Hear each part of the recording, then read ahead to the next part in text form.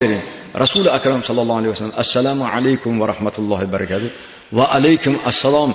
Ey insonlarni oliysi, ey yer yuzidagi insoniyatlarni yaxshisi, marhamat dedilar Hazrati Odam safiyulloh. Janob Rasuli akram sallallohu alayhi vasallam birinchi osmon maqomiga o'tib, shuni nazar qildilar. Keyin ikkinchi osmonga ko'tarildi, ikkinchilar xuddi shunaqa eshik, yana taqillatildi, bir zot chiqdi. Ruxsat bo'ldimi? Qani ruxsat? Hazrati Jabroil alayhisalom aytdi: "Men hujjatman. Meni taniysiz, ha, taniyman. Bu Allohning habibini o'zini huzuri oliy Alloh taoloning arshiga otishib olman. Marhamat" deb eshik ochildi. Shunday chiqsalarki, Yahyo alayhisalom payg'ambar bilan Iso ruhullohning ruhlari turgan ekan.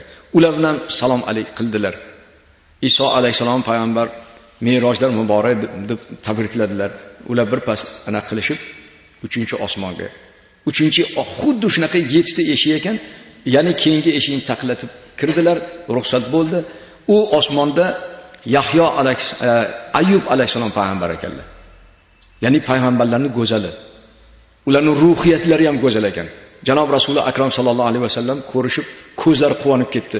Allohning san'atiga shunaqa chiroyli qilib yaratadim insonni deb.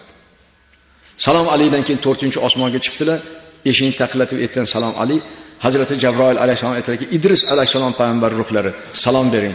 Idris alayhisalom payg'ambar bilan ko'rishdilar. 5-osmon eshigidan kirganlardan keyin Horun alayhisalom farishta payg'ambarning ruhlari ekan. Undan keyin ko'tarilganda Musa alayhisalom payg'ambar bilan juda ko'rishdilar. Sababi Musa kalimulloh Allohning eng yaqin payg'ambarlaridan edilar. Ul zoti va barakot etdilar bir kuni. Ey Tangrim, men bilan to'g'ridan to'g'ri gaplashlik maqomini menga bir ulug' ne'mat qilib berding, Parvardigoro, demak payg'ambarning ichida eng ulug'i ekanman dedi. O'rtada vositachi ham yo'q Hazrati Jabroil.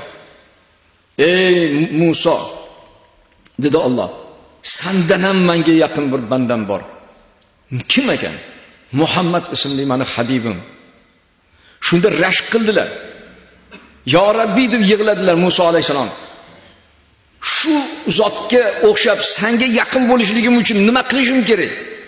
Deganlarda o'sha Muhammad ismli habibimga salovat etgin ibodatingdan keyin deganda Musa alayhisalom ibodatdan keyin butun umrlarining jonlari chiqquncha Janob Rasulullohga salovat etgan ekanlar. Ibodatdan keyin dara salovat etar ekanlar.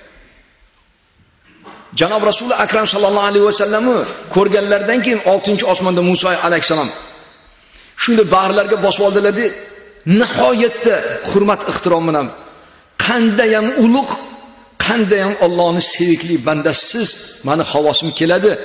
Qanchadan qancha ummatlaringiz ahli jannat ekana, buni ham bilaman. Ey Allohning habibi, Meroj muborak bo'lsin sizga dedilar. Qulluq deb ko'tarilishdi. Oxirgi eshik ochilib, etdan farishta kelib, ruxsat bormi? Bor. Kimsiz? Men Hazrati Jabroil alayhisalom, Allohning habibini o'zini huzuri oliga olib kelman. Qulluq dedilar. Qulluq, marhamat kiringlar. Shunda chiqib Hazrati Jabroil alayhisalom aytdilar: "Ibrohim Halilulloh payg'ambar bilan ko'rishing." Ibrohim Halilulloh bilan nihoyatda ko'rishib, Halil degan do'st, habib sevikli. Ya'ni Ibrohim Halilulloh Allohning do'stlik maqomiga ko'tarilganlar. Lekin Rasuli akram sallallohu alayhi vasallamcha Alloh taologa yaqin emaslar. Ya'ni habib degani sevikli bandam degan Alloh taolo. Ey Alloh taoloning sevikli bandasi, ya Muhammad dedilar sallallohu alayhi. Merojlar muborak bo'lsin. Alloh taoloning cheksiz rahmatlari bo'lsin sizga. Marhamat dedilar va Hazrati Jabroil alayhisalom Sadratil Muntaha maqomiga ko'tarib qo'ydilar. Etti shunday qarasalar. Masjidil Haromi tepasidan Baytul Ma'mur bor ekan.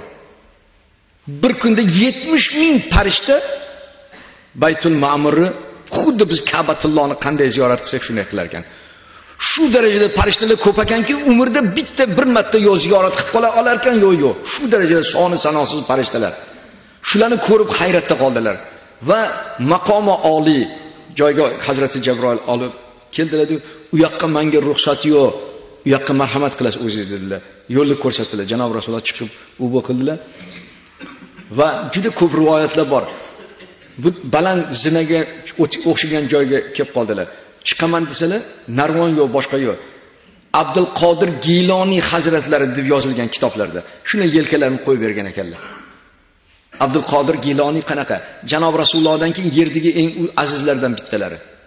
Azizlar tariqat sultoni, tariqat Qodiriya tariqatining sultoni hisoblanadi. U zoti va barakotga Alloh taolo cheksiz muhabbat bilan qaragan. Faqat janob Rasul akram sallallohu alayhi va sallamga o'xshab ularga vahiy kelmagan. Shu darajada ulug' edilar. Alloh taoloning sevimli bandalaridan bittasi Abdul Qodir Giloniy. Bismillohu akbarda shuna yelkalarni qo'ydilar, shunda qildilar. Kim sizni? Men Abdul Qodir Giloniy sizni, ya'ni ishlaringizni davomchilaridan tariqat ahlilarman. Xudoyo butun o'tgan tariqat ahllarini, ya'ni sultonlarni yelkasida sizni qadamingiz bo'lsin deb duo qildilar. Shu darajada martabalari ulug' edi. Chiqdilar, maqomi oliy ko'rsatildi, shu yerda ibodat qildilar. Ya'ni bizni o'qiydigan vitr vojib namozimiz o'sha yerdan vojib bo'lib kelgan, janob Alloh taolo bilan hamd sano etishdilar. Alloh subhanahu va taolo aytdiki: "Ey meni Habibim, senga va ummatingga 50 mahal namozni farz qildim. 50 mahal. Nega? Chunki jannat qimmat turadi. Uni abadiy rohat shunaqa qimmat turadi. 50 mahal namoz o'qisa, men sendan va ummatingdan roziman deb o'sha, ya'ni hikmati oliyda yozilgan. Xo'p dedilar. Janob Rasululloh, hech qanaqa qarshiliksiz. Ammo bitta voqea sodir bo'ldi. Buni shiitlar qattiq ushlab olgan. Shiitlar. Bilmayman, Alloh taolo rizoligida qattan olgan bu hikmatni, vallohu alam. Yana biz bilmay qolishimiz mumkin. Janob Rasul akram sallallohu alayhi va sallamni mehmon qilindi. Mana parda turgan joyga kelib o'tkazildi. Shunda shirgurish keldi deyiladi. Shunda shirgurishchi qaradiladi. Ya Rabbi, men butun umr bir o'zim hech qachon ovqat yemadim. Men bitta sheri yo'qmi deb ichlaridan o'tdi. Dillardan, hayvonlardan o'tdi. U tillariga ham chiqmagan. Alloh qalbini ichki sirini biladi. Pardani teydan. Shunda bitta qo'l chiqdi. Shunda qarasalarki, Hazrati Ali karramallohu vajhani uzuvlaridan tanib qoldilar. Pur g'arat bo'lib ketdilar. Men o'zimni amakivochcham Hazrati Ali amakimni o'g'illari deb bilardim. Meni eng zo'r sahobalarim bu darajada qanaqa turibdi betdagi, qaysi darajaga erishgan ekan deb hayron bo'ldilar. Ana shuni shiitlar ushlab olgan. Nega? Ular o'ylaganki, janob Rasul akram sallallohu alayhi va sallamdan keyin albatta Hazrati Ali karamallohu vajha xalifai Roshidin maqomiga o'tiradilar. Ularning darajasi baland deb aytsa, Hazrati Abu Bakr Siddiq roziyallohu anhu o'tganlardan keyin bo'ldi, sindi. Shiitlar sunnitlarga aylanib ketib qoldi. Shiitlar bu shahid degan so'zdan olingan. Imom Hasan, Imom Husayn, ularning otalari Hazrati Ali karamallohu shahid ketganlar. Shiitlar deyiladi. Ular imom tutmaydilar shu kungacha. Nega beimom ibodat qilyapsizlar deganda, bizning imomimiz hali kelmagan. Kim u? Imomi Mahdi oxir zamonni kutib o'tiribmiz deydi ular. Mana shu yerdan boshlandi ishlar. Mana shu Iroqda bo'layotgan voqealar bir-birlari bilan to'qnashib, musulmonni qirib tashlashlari qaysi bir davlatlarga qo'l keladi. Unga ham qurol sotib uradi, o'tmagan eski qurollarni sotib olib arzonga. Ularni bir-biriga to'qnashtirib yuboradi. Hozir qancha arablar qirilib ketyapti. U yoqda portlash, bu yoqda portlash, mana shunaqa. Shiitlar sunnitni ko'ra olmaydi, sunnitlar shiitlarni. Bu dahshat bu. Qachon isloh bo'ladi? Saddam Husayn ya'ni sunnitlardan edi. Ularni kurdlar o'ldirib yubordi. Kurdiston anaqa xalqi, kurd xalqlari. Ular shiit edi. Shunday olib kelyapti Saddam Husaynni arqonga oshga aniq ko'rdik televizorda. Shuna bo'yniga shuna olib kelib ikkita odam yetalak yotib, yuzi maskada, mana qora faqat ko'z ochuv, sekin olib kelishdi, arqonni solishdi. Bitta oq qora narsani ham o'rab qo'yishdi oldin. Shuna aytibdi, shunda aytib turibdi, la ilaha illalloh Muhammadur rasululloh. Hech qanaqa qarshiliksiz. La ilaha illalloh Muhammadur rasululloh. Shunday qilib osvorganni ko'rsatmadi. Xuddi o'sha yergacha qo'ydi, bo'ldi, tamom. Bular sunnit, ahli sunna val jamoa edi bu odam. Ular shiit edi. Ana shunday qilib Parvardigor Alloh taolo rizoligida endi janob Rasul akram sallallohu alayhi vasallam Me'rojdan tushaman desa, Hazrati 7-osmonda Ibrohim Halilulloh bizni millati boshi quchoqlab ko'rishib, nima bo'ldi bu yoqda dedilar. Ya Ibrohim Halilulloh, Alloh taolo menni va ummatlarimga 50 mahal namozni farz qildi deganda, yo. Hozir fursat g'animat. Ey Allohning habibi, har qancha duoingiz, erkaligingiz ketaveradi. Qayting Allohga yig'lang, sajda qiling, kamaytirsin. Men bilaman, odamlar dunyoparast, haligi ana qilib juda behuda umrni o'tkazib yuboradi. Bular 50 mahal nima deyapsiz? Ular unaqaga unamaydi. Deganlarda qaytdilar. Alloh taologa sajda qildilar. O'sha maqom olida. Alloh taolo aytdi: "Ey habibim, 15 mahaldan kechdim. 35."